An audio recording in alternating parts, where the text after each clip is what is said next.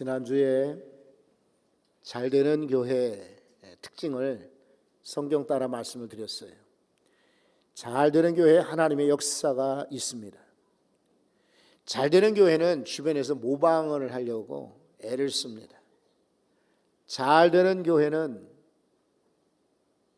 주 예수의 이름을 높이게 됩니다. 사람이 아니고 하나님을 높이는 교회가 잘되는 교회예요. 잘되는 교회는 주의 말씀이 힘있고 흥왕하여 세력을 얻는다라고 말씀하고 있어요. 그런데 우리가 생각할 것은 이 교회는 건물이 아니고 조직도 아니에요. 교회는 말 그대로 성도들이 바로 교회인 거예요. 그러니까 잘되는 교회라고 하면은 곧이어 잘되는 성도인 것입니다. 여러분 모두가 새해는 더더욱 잘되는 인생이 되시기 바랍니다. 우리가 잘된다 하면 흔히 복을 많이 받았다, 또 건강하다, 혹은 물질이 많다, 그리고 하는 일들마다 잘된다. 물론 그것도 잘되는 교회일 겁니다. 그러나 여러분이 이미 아시고 애우시다시피 첫째는 영혼이 잘되는 인생이 정말 잘되는 인생이에요. 그러니까 물질이 많아도 영혼이 병들거나 영혼이 잘못되면은 큰일 납니다.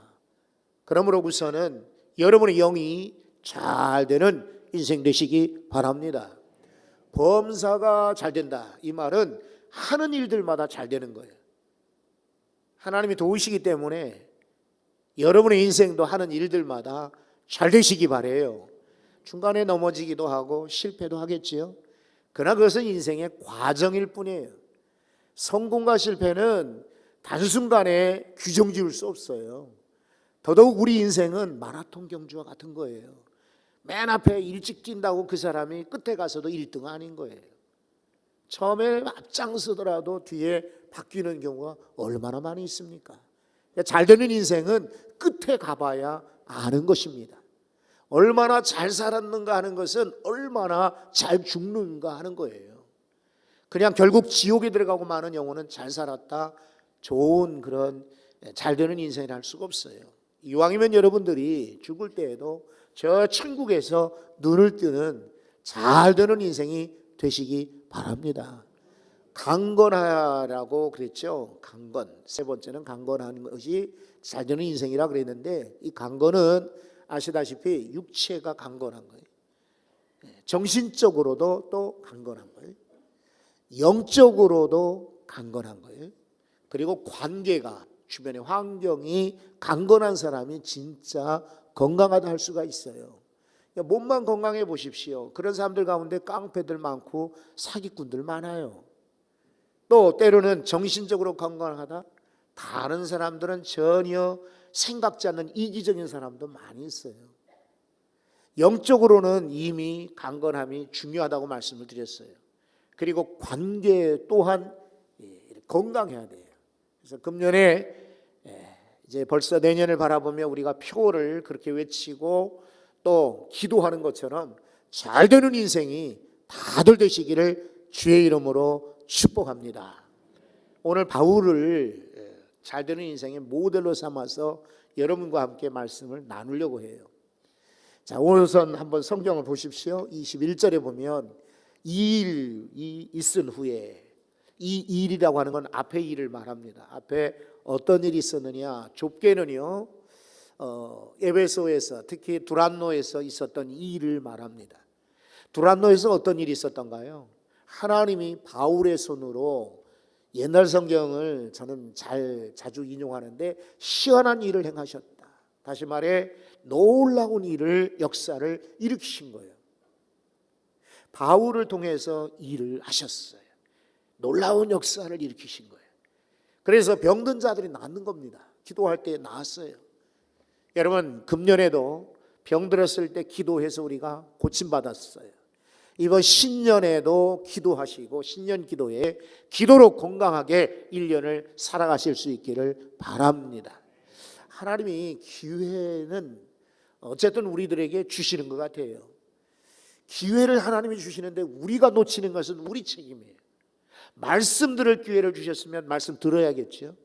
은혜 주실 기회 놓치지 말아야겠죠. 복을 주실 기회라면 우리가 잡아야겠죠. 병 고칠 만한 그런 기회를 주셨다면 우리는 병에서 나아야 됩니다.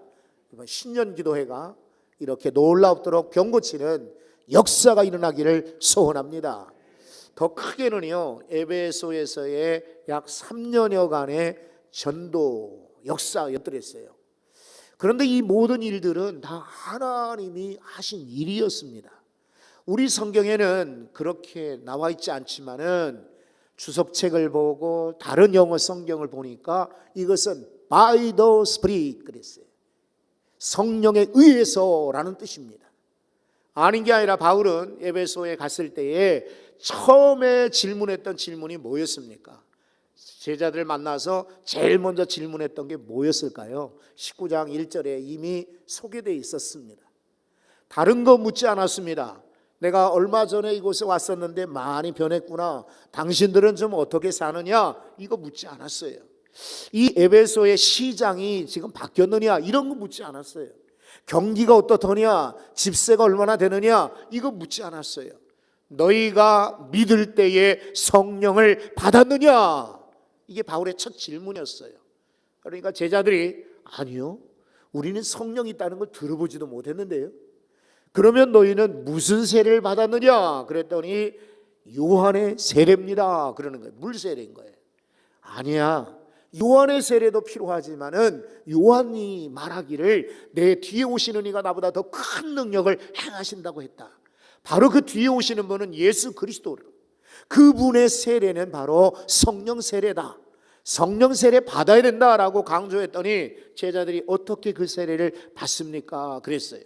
5절 6절을 보면은 바울이 안수할 때에 성령이 그들에게 임하였다 라고 말씀하고 있어요. 이래서 처음부터 여러분 에베소에서의 사역은 성령의 사역이었다고 생각이 됩니다. 그래서 이 일 후에라는 말은 바울이 자기 혼자 이 일을 경험한 게 아니라 성령께서 역사했던 거예요. By the Spirit. 큰 대문자를 써서 S를 표현합니다. 이것은 그냥 영이 아니라 S를 크게 쓰는 것은 성령을 의미하는 것입니다. 성령에 의해서 여기까지 왔다고 하는 것이에요. 이게 바로 잘 되는 인생입니다. 여러분, 우리가 말씀 아까 읽지 않았나요? 사람의 걸음은 누구로 말미암는다고요? 여호와로 말미암는다 그랬거든요. 다시 말해 성령이 이끄시는 인생이 잘 되는 인생인 줄로 믿습니다. 모르는 길을 갈 때에도요, 나 혼자 찾아가면은 이 집이 그 집인가 저 집이 저 집인가 잘 몰라요. 근데 누군가가 아는 사람이 있으면은 그 쉽게 갈 수가 있어요. 저 히말라야에 큰 높은 산들이 많이 있어요. 그런데 아무리 세상에서 유명한 그런 등반가들이라 할지라도요, 어문길 씨 같은 등산 대장들도요, 자기 혼자 그곳을 올라가는 이 없어요. 왜냐하면 날씨가 변하고 또 길도 찾을 수 없고 여러 가지 그런 악조건들이 산에 올라가면 수없이 벌어지기 때문에 항상 그 셀퍼, 돕는 이들, 안내자들이 있어야 합니다. 그래서 그 안내자들이 안내하는 대로 갈 때에 산도 쉽게 갈 수가 있는 거예요. 새해 2019년 성령께서 저와 여러분들의 안내자가 되시기를 소원합니다. 그래서 내가 가보지 못한 길, 새로운 길이라 할지라도 성령이 이끄시면은 성령에 의해서 우리는 내년도도 멋진 인생을 살 줄로 믿습니다. 또 하나 오늘 21절을 계속 보시면 바울이요 계획을 세웁니다. 내가 마게도냐와 아가야를 거쳐 예루살렘으로 가야지 하는 길을 작정하였다. 또 한 번 옛날 성경을 인용하면 경영했다 이렇게 돼 있어요. 그런데 여기 성경에는요, 이것은 작정이라는 말을 썼어요.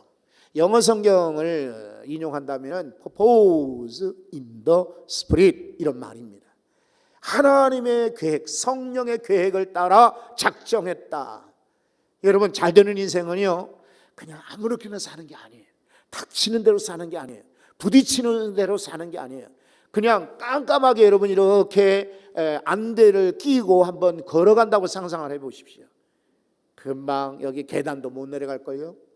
여기 지금 어떤 찻길인지 골목길인지 앞에 전신주가 서 있는지 아마 답답할 것입니다. 우리 인생이요, 내 마음대로 산다면은요, 꼭 안대를 끼워놓고 너 가봐라 하는 것과 똑같습니다. 계획을 내 마음대로 세울 수 없어요. 그러다 보면은 그 계획이 틀어지고 달라지고, 그리고 아무리 내가 계획을 세워도 그 계획대로 안 되는 거예요. 근데 바울은 일부러 예전에 갔던 마게도니아라고 하는 것은 빌립보가 있고 데살로니가가 있고 베레아가 있는 지역이 마게도니아예요. 이 마게도니아와 아가야라고 하는 지역은 고린도가 있는 곳이에요. 그래서 바울은 그곳에 가서 첫 번째는요, 과거에 전도했어요. 2차 전도 여행 때 전도했던 그곳에 과연 성도들이 신앙적으로 잘 자라고 있는지, 믿음 생활 잘하고 있는지 그걸 확인하고 싶었던 거예요. 두 번째 이유는 지금 예루살렘에 흉년이 들었어요. 그래 굉장히 지금 어렵단 말입니다. 이곳에 가서 헌금을, 구호 헌금을 거두어서 그 예루살렘을 도와야 되겠다 하는 계획을 가지고 이런 것을 작정하게 된 것입니다. 이것은 말 그대로 성령께서 그렇게 마음속에 계획을 주셨던 거예요. 여러분, 새해에 안대를 쓰고 걷는 것이 아니라 성령에 이끌려 계획을 가지고 살아가신다면은 바울처럼 멋진 인생이 될 줄로 믿습니다. 그래서 바울은 작정했을 뿐만 아니라 뭐라고 마음속에 소망, 비전을 품는지 한번 21절을 다시 보십시오. 거기 보면은 내가 거기 갔다가, 즉 마게도니아와 아가야를 갔다가 후에 어디도 보아야 된다고요? 로마도 보아야 하리라 그랬어요. 로마, 왜 로마를 지금 거론할까요? 로마는 당대의 수도였죠. 큰 도시였습니다. 거기는 황제가 사는 곳이에요. 군사, 경제, 또 학문, 재정 모든 것이 몰리는 곳이 바로 이곳이 로마예요. 그러니까 바울이 무슨 청운의 꿈을 꾸고 내가 적어도 로마에 가야 되지 않을까. 여기 아시아에서나 마게도니아 아가야 지역을 벗어나서 이탈리아 로마를 가봐야 모든 길은 로마로부터 출발한다고 그랬고 로마로 통한다고 했는데 거기를 가야 내 인생의 마지막 최종 목적지야. 그렇지 않습니다. 바울 사도는 로마가 최종 목적지가 아니었던 거예요.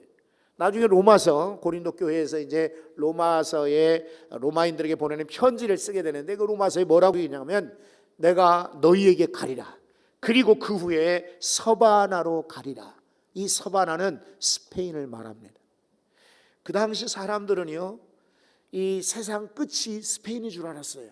그때는 아프리카 대륙을 전혀 가본 적도 없고 아주 이 사람들이 몰랐기 때문에 이 세상 지구의 끝이면은 바로 세상 끝이 스페인인 줄 알았어요. 거기까지는 이미 항해를 갔다 왔고 거기 사는 사람들이 왕래를 했기 때문에 그렇게 한 거예요. 예수님께서 말씀하셨거든요. 너희가 성령을 받고 예루살렘, 유대와 사마리아와 땅끝까지 이르러 내 증인이 되리라 라고 말씀하셨을 때에 땅끝이 서바나인 줄 알았어요. 그래서 바울 사도는 로마에 갔다가 땅끝까지 복음을 전하기 위해서 서바나를 가려는 계획을 가지고 로마도 보아야 하리라 라고 작정한 것입니다. 여러분, 이 로마를 한번 상상을 해보십시오. 바울의 꿈은요, 돈을 버는 것 아니었습니다. 바울의 꿈은 높은 자리를 얻는 것이 꿈이 아니었어요. 바울은 오직 하나님이 자신에게 주신 사명을 완수하도록 로마에 가겠다라고 꿈을 가졌던 것입니다. 이 꿈, 이 비전이야말로 성령께서 역시 주신 것입니다.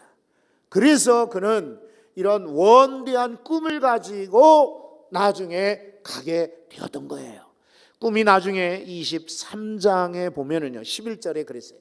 예루살렘에서 총독들 앞에서 신문을 받을 때에 그 밤에 주께서 바울에게 나타나 말씀하시기를 이 예루살렘에서 네가 나를 증언한 것처럼 후에는 로마에서도 나를 증거하게 될 것이다 라고 약속을 보증해 주셨어요. 이게 바로 비전인 겁니다. 내가 선포한 것을 하나님이 인정하시고 승인하시는 것이 진짜 비전인 거예요. 여러분, 새해에도 이런 잘되는 인생이 되겠다 이런 비전을 꿈을 꾸시고 하나님이 도우시면은 그대로 이루어질 것입니다. 말 그대로 로마를 보리라 했더니 이루어졌어요. 이왕이면 여러분 이렇게 원대한 꿈, 큰 꿈을 가지시기 바랍니다.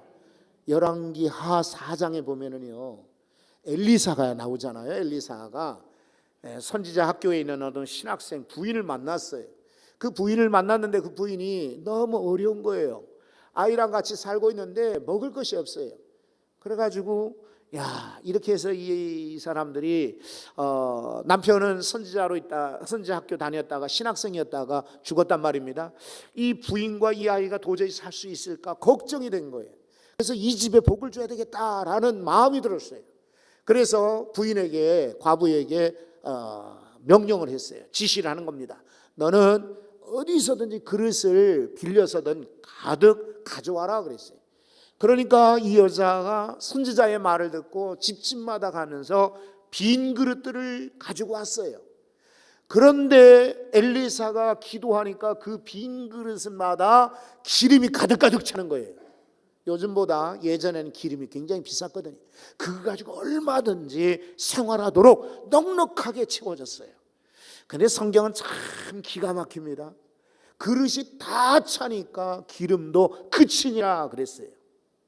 만약에 여러분 이 여인이 그릇을 10개를 빌려왔으면 몇 개의 기름이 찼을까요? 10그릇에 찼겠죠. 20개를 빌려왔으면 몇 그릇에 찼을까요?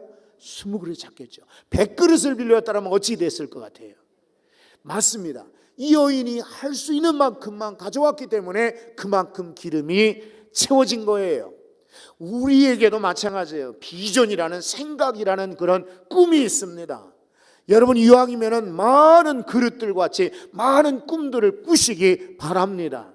하나님은 그 꿈들에게 채워주시고 이루어 주실 것입니다.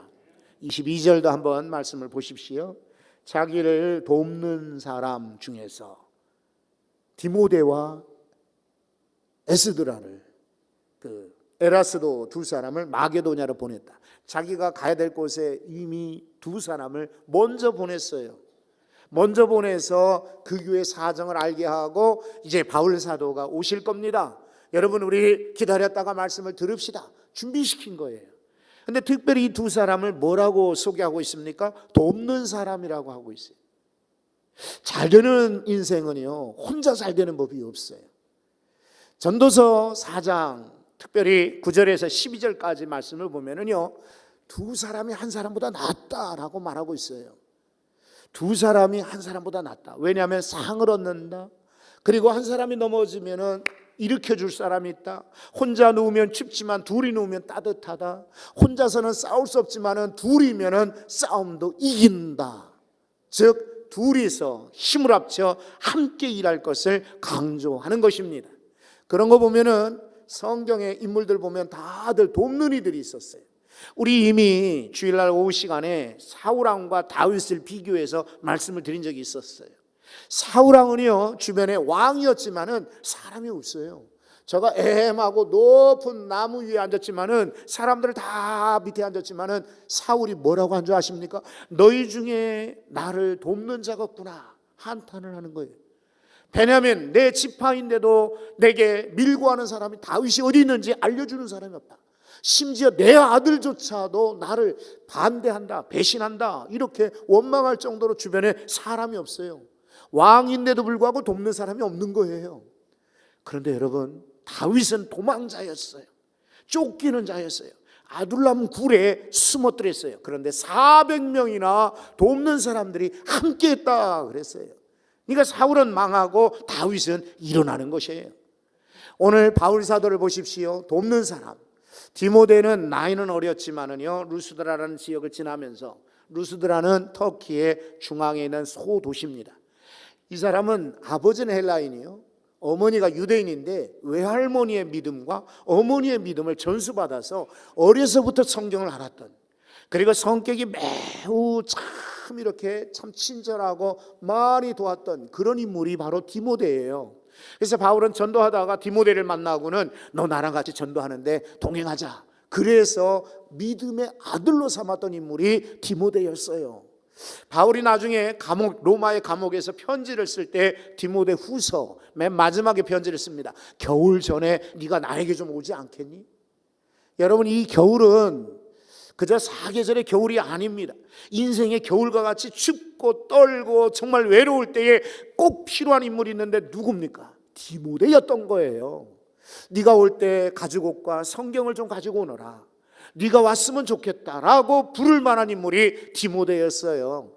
굉장히 정신적으로 의지가 되고 힘이 된 인물이 바로 디모데였던 겁니다.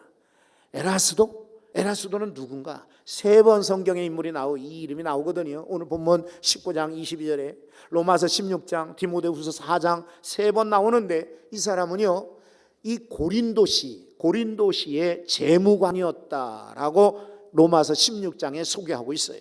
재무, 우리말 성경에는 재무라고 나오지만 청지기입니다. 재정을 맡은 사람이에요. 서열로 말하면 고린도시의 4번째쯤 되는 사람이에요. 그리고 지금도 유적이 남아있는데 고린도에 다리가 하나 있어요. 고린도 신전으로 가는 다리가 있는데, 이 다리는 에라스도가 세워준 것이다. 자비로 세운. 그러니까 자비로 다리를 세울 정도로 돌다리죠. 이렇게 재력 있는 사람이 바울의 돕는 자 중에 계셨다는 거예요. 여러분, 잘 되는 인생은 이렇게 정신적으로 의지가 되고 때로는 물질적으로 도움 주는 사람이 옆에 있는 거예요. 여러분, 우리가 아무리 인생을 잘 살았다 할지라도 죽음의 순간에 이르러서 내 옆에 누가 있는가 한번 보십시오. 어떤 사람은 아쉽게도 가족조차 떠나는 사람이 있어요. 죽음의 순간에, 장례식 때 말고요, 정말 죽어가는 순간에 내 옆에 누가 있을까? 손으로 꼽을 만한 사람들만 있어요. 그리고 지금 내가 살아가는데 내 주변에 누가 있는가 한번 보셔야 돼요. 그냥 여러분의 타이틀 때문에 예 안녕하세요, 예 좀 봐주시기 바랍니다, 예 도와주십시오, 아이고 존경합니다, 아이고 예 여부가 있습니까, 이런 굽신거리는 사람 말고요, 진짜 디모데와 같이 위로가 되고 힘이 되는 인물이 여러분 주변에 있는지 찾아보세요. 우리가 정말 안타깝게 생각하는 것은, 정말 좋은 사람은요 내 옆에 있어요. 근데 가까이 있는 사람은 신뢰도 하지 않고, 가까이 있는 사람 믿으려고 하지 않고, 가까이 있는 사람을 의지하지 않고, 멀리서 지나가는 사람들, 그리고 이렇게 갑자기 번쩍번쩍하는 사람들만 대단한 사람인 줄로 알고 찾아가는 거예요. 그게 잘못된 거예요. 정말 우리 가족들, 특히 우리 성도들, 우리가 같이 섬기는 많은 사람들이 가장 소중한 사람들인 줄 알고 여러분이 돕는 자 중에 계십시오. 여러분이 돕기를 바랍니다. 마지막 순간에 내게 오라, 이 겨울에 너가 필요하다 부를 만한 사람 되시기 바랍니다. 그리고 재정적으로 지원해 줄 수 있는 그런 사람이 되셔야 돼요. 목사님들이 여기저기 이렇게 다니잖아요. 그러면 할 일이 많아요. 써야 될 것도 많고 도와야 될 것도 많고.